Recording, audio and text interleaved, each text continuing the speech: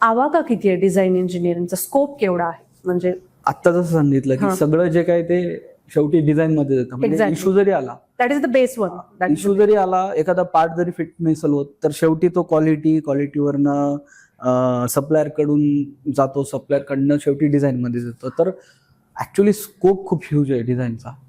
Okay, म्हणजे industrial application मध्ये म्हणा किंवा एक पर्टिक्युलर इंजिनियरला सुद्धा. म्हणजे फॉर एक्झाम्पल तुम्ही एक एंट्री लेवलला कॅड बेसिस वरती एंट्री केली तर तो कंटिन्यू कॅडच नाही करत बसणार. सो वन्स त्याचा 3-4 वर्षाचा एक्सपिरियन्स झाला, then he will be a technical lead.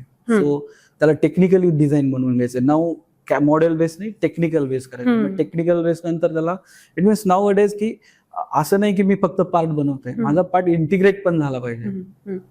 As we'll take an example की कारचा, तर तो कारमध्ये कसा बसतोय, इंटिग्रेशन काय. तर आता ह्या लेवलला म्हणजे मॉडेल, टेक्निकल आणि नाव इंटिग्रेशन. तर ह्याच्या नंतर सुद्धा स्कोप आहे इंडस्ट्रीमध्ये की तुम्ही अप्रोच कसा करू शकतो, म्हणजे convincing to the customer also. That is also design important.